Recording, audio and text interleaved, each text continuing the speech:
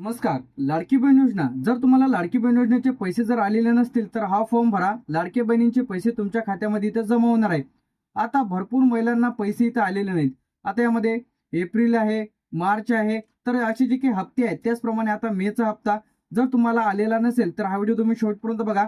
आजच्या व्हिडिओमध्ये आपण तक्रार कशी करायची, जेणेकरून कोणता फॉर्म भरायचा, जेणेकरून लाडकी बहीण योजनेचे पैसे आपल्या खात्यामध्ये इथे जमा होईल. ज्यांना कोणाला नवीन फॉर्म भरायचे असतील तर अशाने सुद्धा हा व्हिडिओ शेवटपर्यंत बघा. सर्वप्रथम आपण आपली जे काही मोबाईलची जे काही स्क्रीन आहे इथं आता सुरू करून घेऊया. आता लाडक्या बहिणींना पैसे आले नसतील तर कमेंट करून नक्की सांगा. आता लाडक्या बहिणींसाठी जे काही यामध्ये आहे, लाडकी बहीण योजनेचे जे काही लाभार्थी आहेत अशा सर्व महिला ज्यांचे फॉर्म अप्रूव्हल आहे तरी सुद्धा लाडक्या बहिणींना पैसे इथं आलेले नाहीत. तर आता कोणकोणत्या कारणामुळे महिलांना पैसे इथं येत नाही आहे? सर्वप्रथम बँक खाते आधार लिंक नाही आहे, त्यामुळे तुमचे पैसे तर थांबलेले आहे. डीबीटी बंद आहे. बरेच लाडक्या बहिणीने ई-केवायसी केलेली आहे, परंतु चुकीच्या पद्धतीने तर ई-केवायसी केलेली आहे. अर्जामध्ये चुकीची माहिती तर भरलेली आहे. यानंतर आपला बँकेचा आयएफसी कोड चुकीचा आहे. आधार नाव बँक खाते मिसमॅच आहे, म्हणजे आधारवर नाव वेगळं आहे, बँक पासबुकवर नाव वेगळं आहे, खाते इनऍक्टिव्ह आहे. तर त्याआधी हे तुम्हाला तपासायचं आहे. काय काय तपासायचं आहे? ज्या लाडक्या बहिणींना 2-3 हप्ते जमा झालेले नाही, आता लाडक्या बहिणींच्या खात्यामध्ये मार्च आणि एप्रिलचे जे काही 3,000 रुपये इथं जमा झालेले आहे, कमेंट करून नक्की सांगा की तुम्हाला पैसे आले की नाही. आता सर्वप्रथम आधी तपासा की आधार कार्डला बँक खाते लिंक आहे का, बँक खात्याला डीबीटी सुरू आहे का, तुमचा मोबाईल नंबर अपडेट आहे का, फॉर्म अप्रूव्हल आहे का, ई-केवायसी केली की नाही हे चेक करा, बँक खाते चालू आहे की नाही. आता फॉर्म भरता वेळेस तुम्हाला हे गोष्टी लक्षात ठेवायचं आहे. यामध्ये तुमचं नाव व्यवस्थित पूर्णपणे भरायचं आहे. अर्ज क्रमांक आता तुमच्याकडे असणे आवश्यक आहे. आधार नंबर, मोबाईल नंबर, गाव, तालुका, जिल्हा, बँकेचे नाव, खाते क्रमांक, आयएफसी कोड आणि आपली जी काही समस्या आहे, म्हणजे आमचा अर्ज अप्रूव्हल आहे परंतु पैसे येत नाही आहे, आमचे पैसे चालू होते, त्यानंतर मला मार्चचा हप्ता मिळालेला नाही, मला एप्रिलचा हप्ता मिळालेला नाही, हे तुम्हाला उदाहरणार्थ द्यायचं आहे. आता कोणकोणते कागदपत्र इथे लागणार आहे? सर्वप्रथम यामध्ये आधार कार्ड लागणार आहे, बँकेचं पासबुक, अर्जाची पावती आणि तुमचा जो काही अर्ज आहे ते अप्रूव्हल आहे त्याचं स्टेटस लागणार आहे. आता हे जे आहे, आता बरेचसे जणांनी काय केलं होतं, पहिले नारी शक्ती दूत अप्लिकेशनच्या माध्यमातून फॉर्म भरण्यात आले होते, त्यानंतर वेबसाईटच्या माध्यमातून फॉर्म चालू होते. आता वेबसाईटवरती जे की तुम्हाला तुमचा मोबाईल नंबर पासवर्ड टाकून लॉग इन करून चेक करू शकता की तुमचे पैसे कोणत्या खात्यामध्ये जमा झालेले आहे, तुमचा फॉर्म अप्रूव्हल आहे की पेंडिंग आहे, हे देखील तुम्हाला इथून चेक करता येणार आहे. आता अर्ज कुठे जमा करायचा आहे तुम्ही, आता हा जो अर्ज आहे ते सुद्धा सांगणार आहे व्हिडिओच्या शेवटी कुठे जमा करायचे.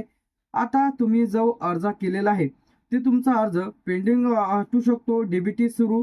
त्याचप्रमाणे आता बरेच महिलांना पैसे तर येत नाही आहे, तर अशांनी काय करायचं आहे, तुम्ही माहिती घेऊ शकता. तर कुठे घ्यायचं आहे, तर सर्वप्रथम तुम्हाला 181 या हेल्पलाईन नंबरवरती कॉल करा आणि तुम्ही डिटेलमध्ये माहिती घेऊ शकता. तर या नंबरवरती कॉल करून कोणकोणत्या प्रकारची तुम्ही माहिती घेऊ शकता हे सुद्धा आपण इथं पाहणार आहे.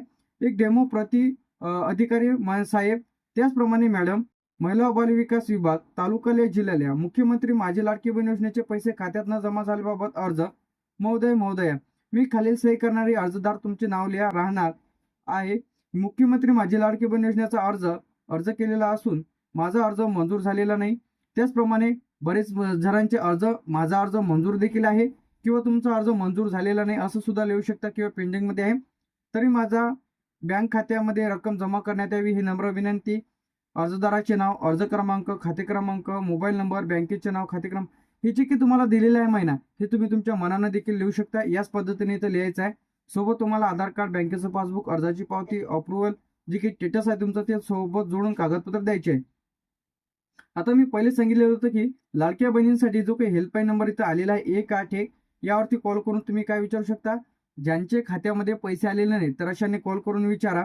त्याचप्रमाणे ज्यांचा अर्ज मंजूर आहे म्हणजे अप्रूव्हल आहे तरी सुद्धा पैसे आलेले नाहीत किंवा पेमेंट पेंडिंग दाखवत आहे अशाने लगेच कॉल करा.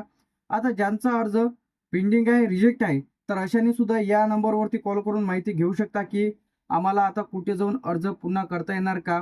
याचप्रमाणे यामध्ये पात्र राहण्यासाठी काय करायला पाहिजे, म्हणजे आमचे जर पैसे बंद झालेले असेल तर ते पुन्हा कसे सुरू करायचे, या हेल्पलाईन नंबरवरती लगेच कॉल करा तुम्ही 181 वरती. आता ई-केवायसीची समस्या, जर तुमची ई-केवायसी राहिलेली असेल तर ई-केवायसी कशी करायची आहे, आता वेबसाईटवरून ते ऑप्शन काढण्यात आलेले आहे. ई-केवायसी कधी सुरू होणार आहे, सर्व प्रकारचे अपडेट्स आपल्या चॅनलवरती तुम्हाला बघायला मिळेल किंवा तुम्ही 181 या हेल्पलाईन नंबरवरती कॉल करून देखील घेऊ शकता. बरेच जणांच्या बँक पासबुकला आधार लिंक नसते, डीबीटी इनऍक्टिव्ह असते. अशा नंबरसाठी सुद्धा तुम्ही 181 या नंबरवरती कॉल करून माहिती घेऊ शकता. आता यासाठी तुम्हाला महिला व बाल विकास विभाग यांच्याकडे थोडी माहिती तुम्हाला बघायला मिळेल. तिथं जाऊन तुम्ही माहिती घेऊ शकता थोडक्यामध्ये, किंवा तुम्ही 181 या नंबरवरती कॉल करूनच तुम्ही माहिती घ्या सर्व जणांनी. आता लाडकी बहीण योजनेचे नवीन फॉर्म लवकरच सुरू होणार आहे. ज्यांना कुणाला लाडकी बहीण योजनेचे नवीन फॉर्म भरायचे असेल तर त्यांनी आपल्या चॅनलला सबस्क्राईब करून ठेवा. आता यामध्ये नवीन नियम काय आलेले आहे, यामध्ये ज्यांचे अर्ज रिजेक्ट झालेले आहे किंवा नवीन उमेदवार आहे, फ्रेश आहे, म्हणजे त्यांनी याआधी अर्ज केलेला नाही, ज्यांचे अर्ज आधी काही पेंडिंग आहे, अशांसाठी सुवर्ण संधी आहे की तुम्ही नवीन अर्ज सादर करू शकता.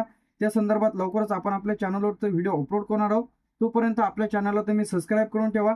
अशाच प्रकारचे अपडेट्स आणि नवीन व्हिडिओज व तुमच्या खात्यामध्ये जे काही मार्च असेल, एप्रिल असेल किंवा मागील हप्ते कधीपासून जमा झालेले नाही किंवा तुम्हाला हे हप्ते मिळालेले नसेल तर 181 या हेल्पलाईन नंबरवरती लगेच कॉल करा आणि तुम्ही तुमची तक्रार नोंदवा.